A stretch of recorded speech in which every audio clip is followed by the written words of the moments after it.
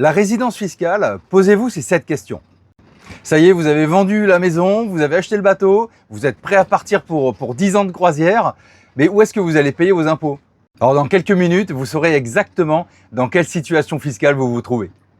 Les questions que nous nous sommes posées avant de partir et les questions que tout le monde se pose finalement avant le départ, ça va être à partir de quand je ne suis plus résident fiscal? Pourquoi certains plaisanciers se sont fait rattraper par la patrouille plusieurs années après leur départ? Et puis, qu'est-ce qui fait que même avec un lien minimum au niveau résidentiel avec la France, la France peut vous réclamer des impôts. Dans cette vidéo, nous allons parler d'impôts, nous allons parler de résidence fiscale et puis surtout, nous allons parcourir ensemble les 7 questions qu'il est important de se poser. À chaque question, une réponse qui va vous orienter vers la prochaine. Et à la fin, vous connaîtrez exactement votre situation et puis exactement ce que vous allez devoir faire.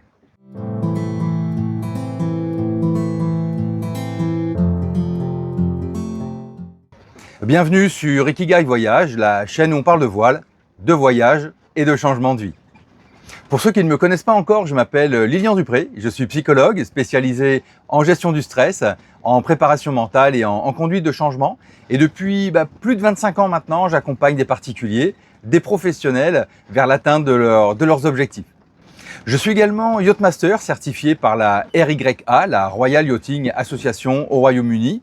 Et depuis 2022 maintenant, avec ma famille, nous avons laissé derrière nous notre ancienne vie et nous voyageons sur Ikigai au gré de nos projets personnels, de nos projets professionnels et de nos projets familiaux. Sur Ikigai Voyage, je vous aide à transformer votre projet de vie en mer en une réalité concrète, préparée et sereine. Et si je vous parle aujourd'hui de résidence fiscale, c'est parce que cette question revient très souvent dans les messages que je reçois. Et parce que j'ai vu beaucoup trop de plaisanciers partir sans y avoir répondu et avoir des conséquences parfois très concrètes des années plus tard. Dans cette vidéo, nous allons voir 7 questions.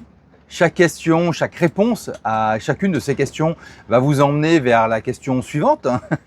Et au fil et à la fin de cette vidéo, vous connaîtrez précisément votre situation et puis vous aurez des éléments qui vont vous permettre de passer à l'action. Question numéro 1, la vente de la résidence principale. En préambule, entendons-nous bien sur le système fiscal. La capacité à lever l'impôt, c'est quand même le point commun de la quasi-totalité des pays. Alors après, selon les pays, selon les États, il y a une pression fiscale qui va être plus ou moins forte.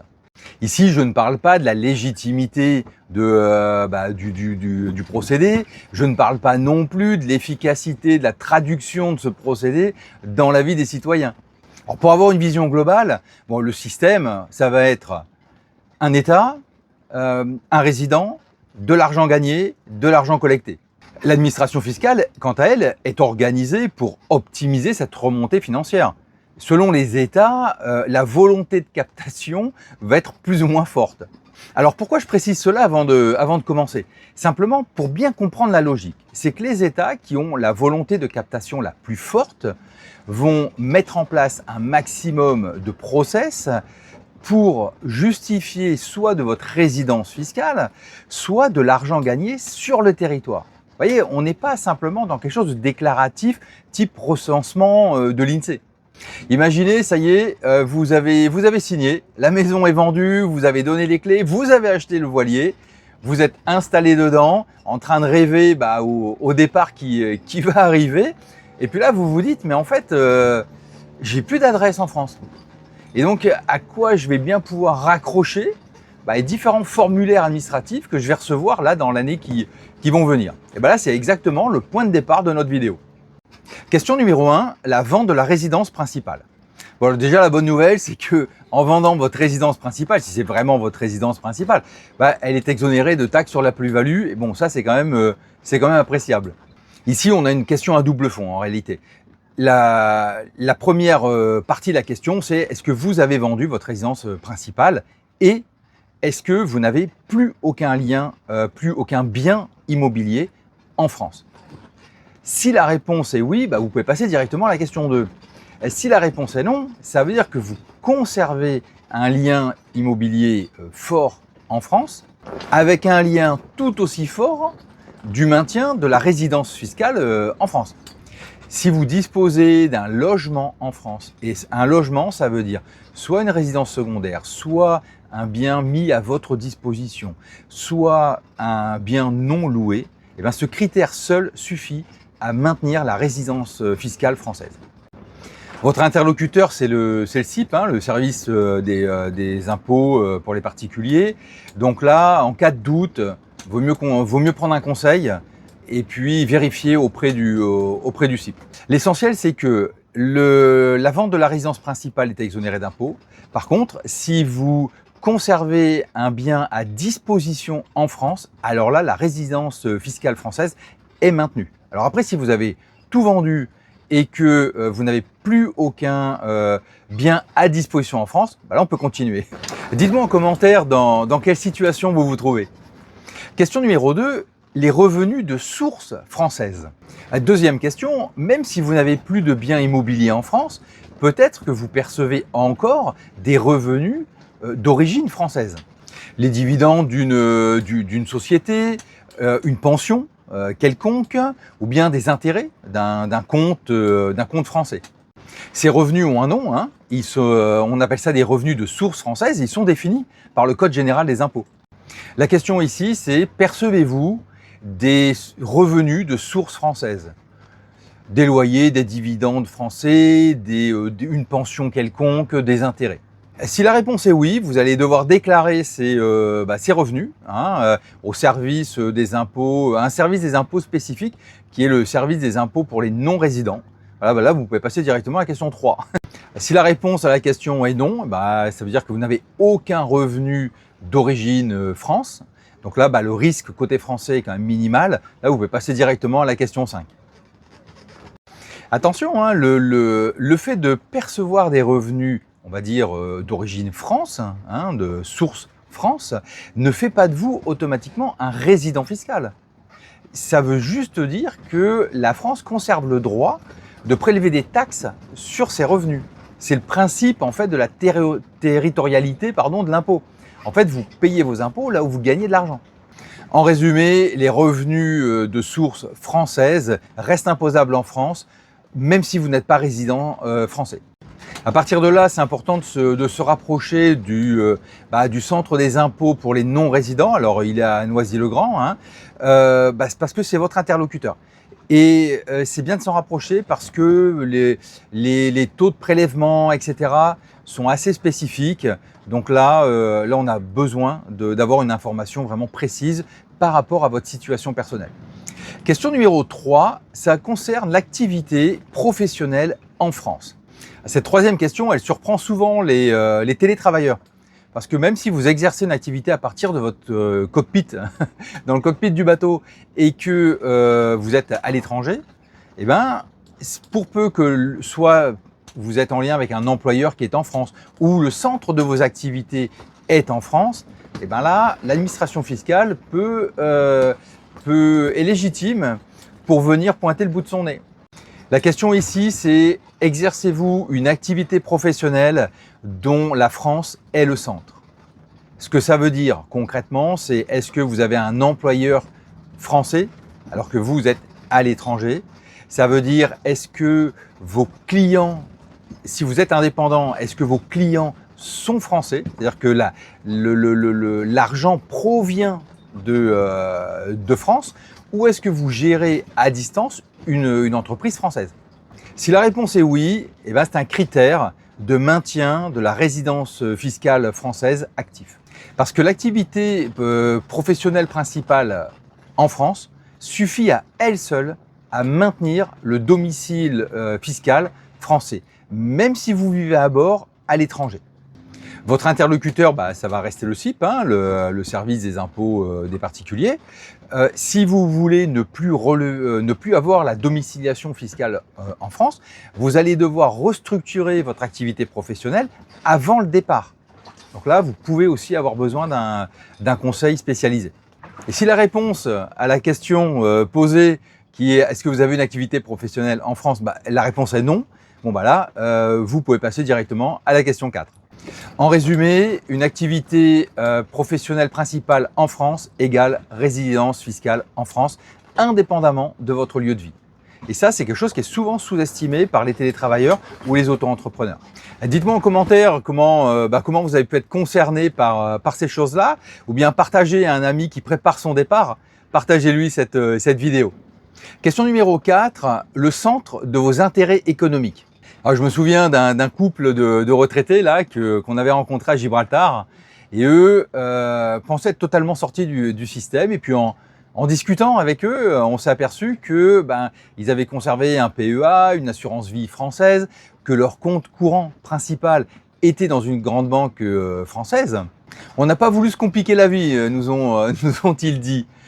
Sauf que pour l'administration française, ça veut dire une chose. Ça veut dire que le centre de leurs intérêts économiques est en France.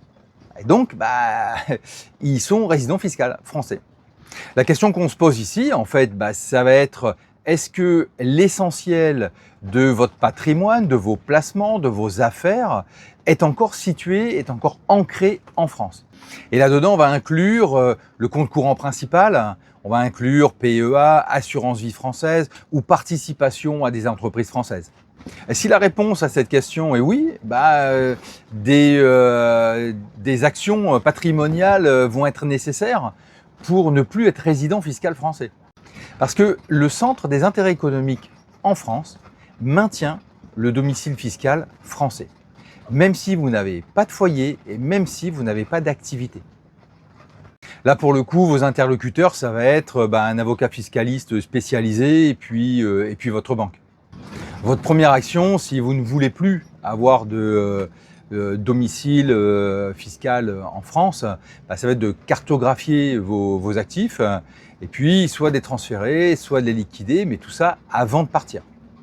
Ce critère des centres d'intérêt économique, il n'est pas forcément très visible parce qu'on ne pense pas nécessairement que le fait de garder son compte en banque en France vous maintient dans la résidence fiscale française.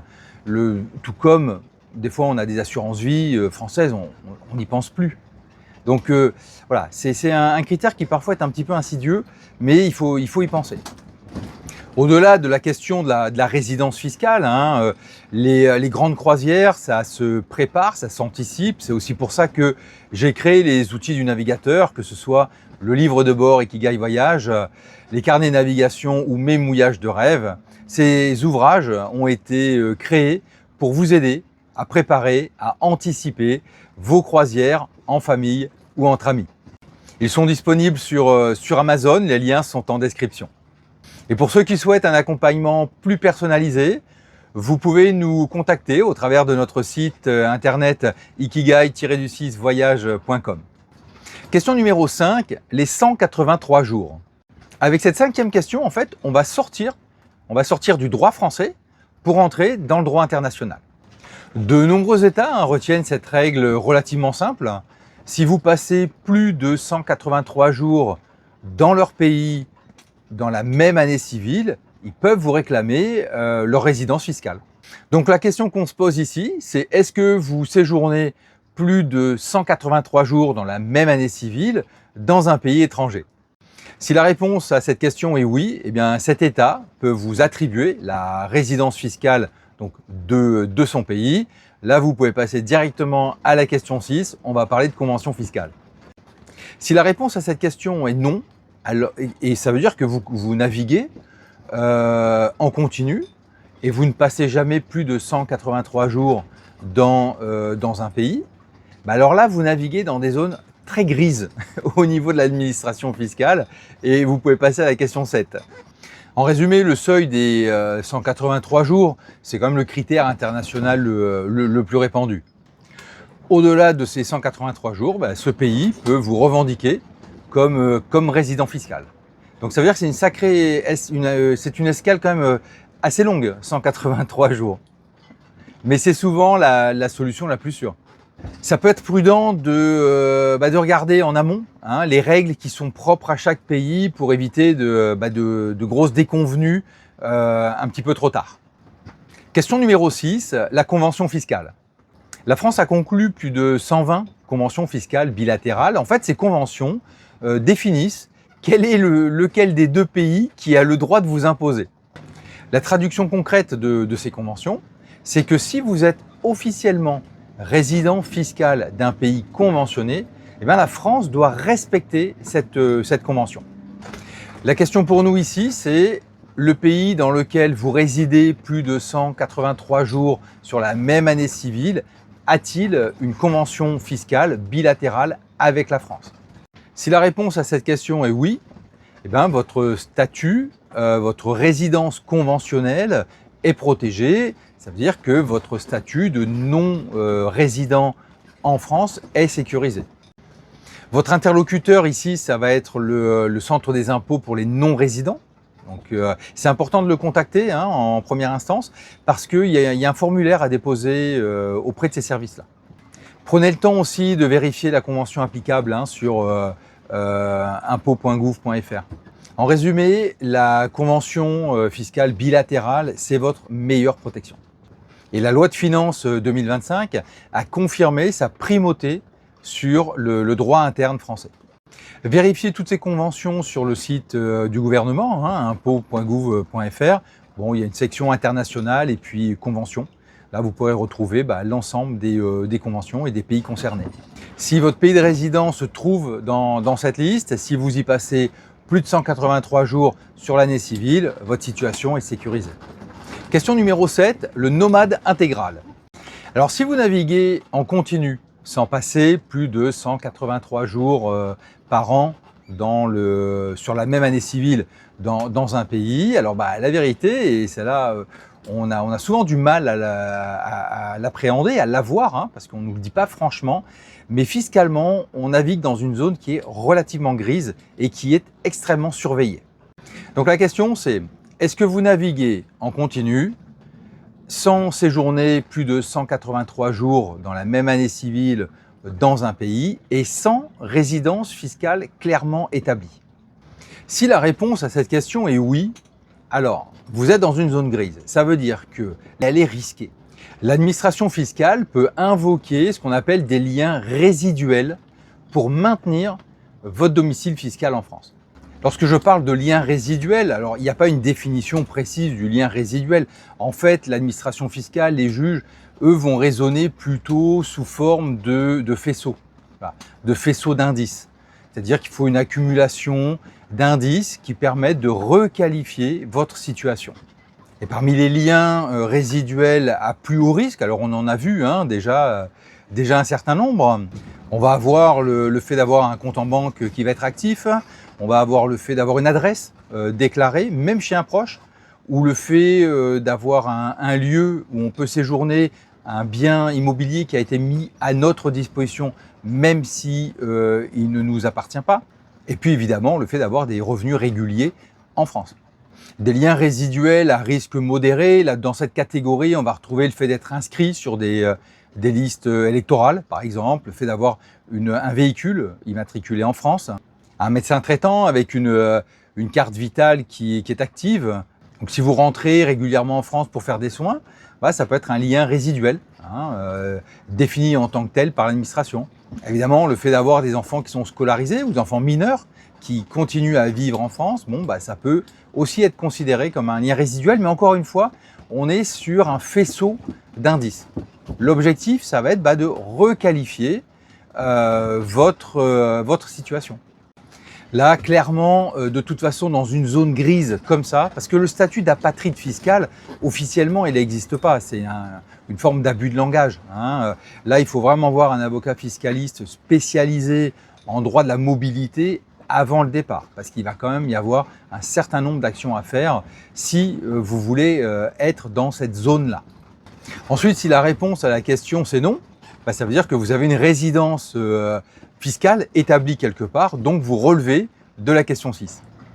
Si on voulait récapituler, je dirais en termes de situation, première situation, vous avez un bien à disposition. Clairement, la domiciliation fiscale française, elle est maintenue. Situation 2, vous avez une activité professionnelle en France ou des revenus qui viennent de France. Là aussi, la domiciliation fiscale française est maintenue. Situation 3, vos centres économiques sont aussi en France et il est fortement probable que la domiciliation soit maintenue aussi. Situation 4, vous bénéficiez d'une convention bilatérale au niveau fiscal. Donc vous êtes dans un pays qui a une convention avec la France et vous y séjournez plus de 183 jours par an sur la même année civile. Voilà, vous avez un statut de non-résident en France qui va être sécurisé. Dernière situation, vous naviguez en continu, vous ne passez jamais plus de 183 jours par an dans le même pays. Vous n'êtes déclaré dans aucun pays en tant que résident fiscal. Donc vous n'avez pas de domiciliation fiscale établie. Là, c'est une zone grise, mais sachez que cette zone grise, elle est extrêmement surveillée. L'objet de la vidéo, ce n'est pas de vous dire, voilà, il faut être non résident fiscal, parce que nous, sur Ikigai, nous sommes résidents fiscaux en France. C'est-à-dire que nous déclarons nos impôts en France pour plusieurs raisons. La première, c'est que, on a des intérêts économiques en France. On a 2 de nos 4 enfants qui sont encore en France. On va avoir également des métiers. Et même si je travaille par exemple en téléconsultation, ma source de revenus reste quand même en France. Donc nous sommes résidents fiscaux en France. On n'a pas l'intention de quitter cette résidence-là. Et de toute façon, il va bien falloir être résident fiscal quelque part. Et c'est ça la vraie question. C'est pas tellement de se dire je veux être un apatride fiscal parce que ce statut juridiquement il n'a pas de consistance. On est dans une zone floue, en fait, à ce moment-là. L'idée, c'est de se dire quel est le statut, quelle est la résidence fiscale qui correspond vraiment à ma situation réelle. Parce que c'est ce qui va être le plus protecteur pour vous, pour nous, en l'état. En tout état de cause, vous disposez maintenant des éléments qui vont vous permettre de définir si vous êtes résident fiscal en France ou non. Et si vous ne l'êtes pas, quoi faire des revenus qui proviennent de la France. Et puis, où déclarer tout ça et quels sont vos interlocuteurs privilégiés. Abonnez-vous à la chaîne Ikigai Voyage. Chaque semaine, je partage des contenus pour vous aider à changer de vie à la voile ou à préparer vos croisières entre amis ou en famille. Si ce sujet vous intéresse, retrouvez d'autres vidéos sur le même thème dans notre playlist Préparer son projet de grande croisière. Si cette vidéo vous a plu, si elle vous a intéressé, si elle a été utile pour vous, pensez à la partager, c'est ce qui aide le plus la chaîne. Et moi, je vous dis à bientôt pour une prochaine vidéo.